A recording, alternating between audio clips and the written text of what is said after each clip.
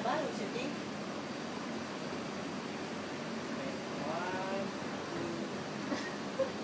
Tita Ana, paano ka nag-start dito sa napaka-successful na Ana's Journey? Nag-start ako siguro kami mag-asawa nung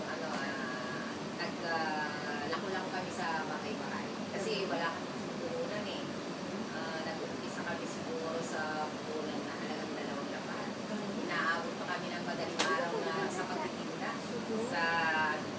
sa mga bahay-bahay. Pero tingnan mo naman, ang Ana's Journey, super ambitious, napakalaki at napakarami staff. Siguro, masasabi ko lang siguro, pupunan namin dito ang asawa yan. Sipag at saka siguro. Happy family. Siguro. Healthy family. Siguro. Siguro.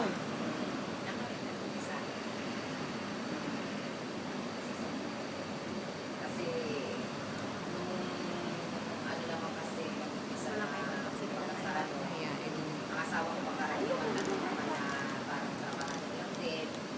Oo, nagtatrabaho siya kasi sa kwanet sa mga bulang niya kasi may-ari sila ng buong. Pero ganun, yun ang susi ng dalawang Yun ang susi namin. Tsaga. Tapos nagkataon na mahilig ako magluto, yun. Nagluto konti-konti. Dahil hanggang sa nagustuhan ng mga customer namin. Ikaw talaga ang ginagawa. Yan. Yun po, special, no? Hindi ko talaga pagluto.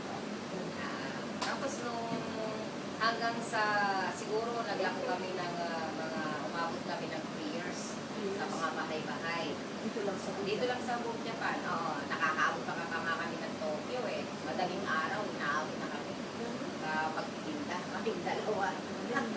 Tapos, after 3 years, Ilang taon natin yung pag- so ito, nag-umpisa ito 1996. 1996 June 2023. So, Ngayon, nakita ko, ang laki-laki naman yung mga house at saka ang dami Kasabay ko sila. Pilipino matutulungan, di ba? Ay, ito siguro, mas sabi ko rin si Nea Perez. Napakaswerte mo, successful entrepreneurs na talaga. Isa ka sa isang